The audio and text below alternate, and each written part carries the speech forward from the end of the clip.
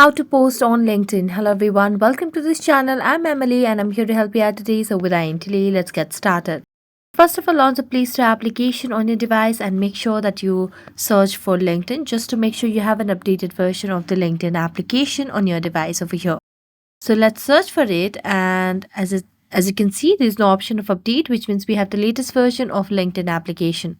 Tap on open. As you tap on open, it will take us to the official page of LinkedIn application. So make sure you are logged into your account. So what you can simply do over here is, if you want to post on LinkedIn, simply tap on this post option at the bottom of the screen. As you do that, here you can share your thoughts over here. I'm going to share it and tap on post. So let's view the post, and here it goes. So you can just go to your profile as well if you want to view your post, and you can do that by tapping on your profile and then see on your profile over here, and there you go. So that's it. Thank you so much for watching this video. See you next time.